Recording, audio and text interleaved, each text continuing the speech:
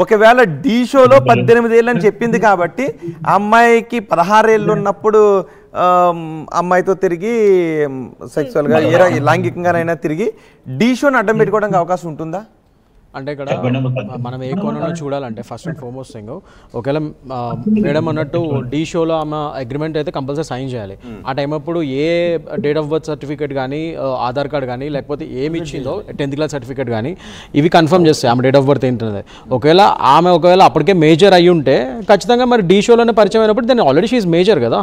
లేదు ఒకవేళ ఆమె ఫార్జెడ్ డాక్యుమెంట్స్ ఇచ్చి ఫేక్ డాక్యుమెంట్స్ ఇచ్చి ఆమె మైనర్ అయినా కూడా మేజర్ కింద చూపించుకొని ఆ షోలో పార్టిసిపేట్ చేస్తే దాన్ని దట్స్ డిఫరెంట్ ఇష్యూ. కానీ ఇక్కడ ఏంటంటే ఇప్పుడు ఆమె ఫేక్ డాక్యుమెంట్ చూపించి అక్కడ మేజర్ కింద చూపించుకొని పార్టిసిపేట్ చేస్తేనేమో అది డిఓల ప్రాబ్లం. ఇప్పుడు అక్కడ ఈమె డిఓని మోసం చేసినట్టు. కానీ ఆమె అక్కడ మేజర్ కింద ఉండి ఈ డీలో పార్టిసిపేట్ చేసిన తర్వాత జానీ మాస్టర్తో పరిచయం అయినప్పుడు then Jani master obviously he's under impression that she is a major కదా. ఓకే, సో ఇక్కడ మనం ఇంకోటి కూడా చూడాలి. ఇంకో యాంగిల్ ఏంటంటే ఇగ్నోరెన్స్. ఆయనకు తెలియక ఆమె కన్ఫర్మ్గా ఆమె 18 years అబౌవ్ ఉంది కాబట్టి షోలో ఉంది, మేబీ షీజ్ ఎ మేజర్ అని చెప్పి అప్పుడు రిలేషన్షిప్లో ఉంటే దాన్ని ఆ యాంగిల్ కూడా కోర్టు పరిగణలోకి తీసుకోవాల్సిన అవసరం ఉంటుంది. బట్ పాక్సోలో మనకి మెయిన్ ఒక మేజర్ థింగ్ ఏంటంటే పాక్సో యాక్ట్ వచ్చినప్పుడు ఇర్రెస్పెక్టివ్ ఆఫ్ మొన్నటివరకు ఏంటంటే it use to be 16 years consent age అనేది. ఇప్పుడు పాక్సో 18 yearsకి మార్చారు దాన్ని. సో 18 years కంటే 1 day చిన్నదైనా కూడా ఈవెన్తో ఆమె కన్సెంట్ ఇచ్చినా కూడా పాక్సోలో ఆమె మైనరే కాబట్టి పాక్సో యాక్ట్ కింద it will be deemed as rape. So అది జానీ మాస్టర్ గారు ఇక్కడ తెలిసి చేశారా ఆమె మైనరా మేజరా అని లేకపోతే తెలియక చేశారా అన్న దాన్ని కోర్టు డిస్క్రిషనరీ పవర్స్ బట్టి అక్కడ ఉన్న సిచ్యువేషన్స్ బట్టి. ఇక్కడ ఇంకో ప్రాబ్లం ఏంటంటే ఈ కేసులో ఇక్కడ మనకి డైరెక్ట్ ఎవిడెన్సెస్ అనేది చాలా తక్కువ దొరుకుతాయి. ఎందుకంటే ఇక్కడ మనం చూసే కేసులో చాలా గ్యాప్స్ ఉన్నాయి. ఆమె ఎప్పుడో 2019లో పరిచయం అయినప్పుడు ఇప్పుడు వచ్చి 17లో డీలో వచ్చింది, 19లో ఈయనతో డైరెక్ట్గా వర్క్ చేస్తుంది అసిస్టెంట్ కొరియోగ్రాఫర్ కింద if I'm write about the time lines. So దాని తర్వాత ఈ కేసు ఇవన్నీ ఇప్పుడు పెట్టింది ఈమె. సో ఇంత గ్యాప్స్ ఉన్నప్పుడు ఈ కేసులో చాలా గ్యాప్స్ ఉన్నాయి. ఇంత గ్యాప్స్ ఉన్నప్పుడు మరి వాళ్ళు ఏ విధంగా రిలేషన్షిప్లో ఉన్నప్పుడు ఈమె మేజర్ అని ఆయన అనుకున్నాడు అన్న కొరాబరేటివ్ ఎవిడెన్సెస్ కూడా మనం చూసుకోవాలి. ఇక్కడ డైరెక్ట్ ఎవిడెన్సెస్ ఏంటంటే ఇప్పుడు డీ ఉంది డైరెక్ట్గానే, ఇఫ్ దట్ ఈస్ కరెక్ట్ ఆమె అగ్రిమెంట్ సైన్ చేసింది, అందులో మేజర్గానే 2017లో మేజర్ అయినప్పుడు మరి దెన్ ఒక ఛాన్స్ ఉంది. కానీ పాక్సోలో ఏంటంటే అక్కడ ప్రాబ్లం ఏంటంటే పాక్సోలో ఇవన్నీ చూడదు. పాక్సో ఏంటంటే జనరల్ ఎన్ని రేప్ యాక్ట్ కానీ మిగతా ఒఫెన్సెస్ కానీ ఆ సెక్షన్ పెట్టచ్చు. ఈ దానికి సుప్రీంకోర్టులో ఒక ఇష్యూలో ఐ రిమెంబర్ సుప్రీంకోర్టులో జడ్జి లాయర్ని నిందించాడు.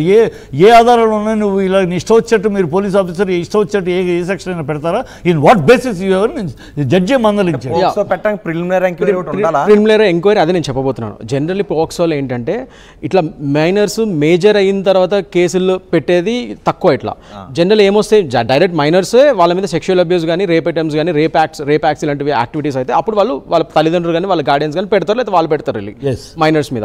మైనర్స్ వెళ్ళి పెడతారు కంప్లైంట్. సో అక్కడ ఏంటంటే ప్రైమా ఫేసి ఒక minor POCSO act special statute తెచ్చిందే పిల్లల మీద ఈ సెక్షువల్ ఒఫెన్సెస్ని అరికడటానికి. సో దాంట్లో అప్పుడు ఏమవుతుందంటే ఇక్కడ జడ్జి జనరల్ మామూలు రేప్ యాక్ట్స్లో కానీ ఎక్కడైనా కానీ the owners is on the prosecution also, వాళ్ళు కూడా ప్రూవ్ చేయాలి. కానీ ఇక్కడ పాక్సోలో వచ్చేసరికి ఏంటంటే the owners is mainly on the defender, అంటే అక్యూజ్డ్ అనమాట. డిఫెన్స్ వాళ్ళ మీద మెడికల్ రిపోర్ట్ మెడికల్ రిపోర్ట్ ఇప్పుడు 4 years నార్మల్గా అయితే రేప్ జరిగిందని టెస్ట్ చేస్తారు, మెడికల్ 24 hours అయితేనే మన ఛాన్సెస్ ఉంటాయి ఇట్లాంటి వాటిలో ఛాన్స్. అందుకని చెప్తున్నా ఇప్పుడు ఈ పర్టికులర్ కేసులో ఏంటంటే పాక్సోలో జనరల్ ఏంటంటే సో ఈ అమ్మాయి ఒక కంప్లైనెంట్ ఒక విక్టిమ్ ఏదైతే చెప్పిందో స్టేట్మెంట్ అదే మెయిన్ ఎవిడెన్స్ కింద that it self is an evidentiary value ఉంటుంది దానికి.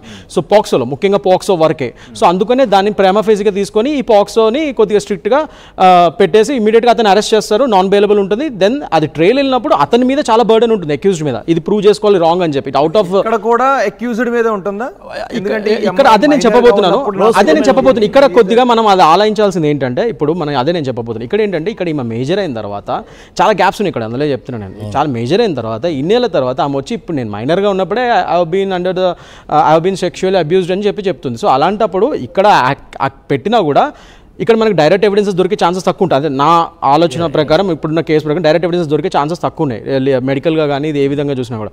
సో విట్నెస్లు ఐ విట్నెస్లు చూసుకోవాలి, కొరాబరేటివ్ ఎవిడెన్సెస్ అంటే దీని తగ్గట్టుగా ఇప్పుడు ఆమె నిజంగా మైనర్ అయితే ఆ టైంలో జానీ మాస్టర్ గానీ మెసేజ్లు పెట్టుకుంటే అదే మెసేజ్లు పెడితే ఐ లవ్ యూ కానీ రొమాంటికల్ ఇంక్లైన్ మెసేజెస్ కానీ సెక్షువల్ ఇంక్లైన్ మెసేజ్ కానీ అలాంటివి ఏమైనా దొరికితే those can be added as corroborative evidences. ఇలాంటివి పట్టుకొని అప్పుడు ఆయనని ఆ సిచ్యువేషన్స్ బట్టి ఆ gravity of the case prosecution నడుస్తుంది.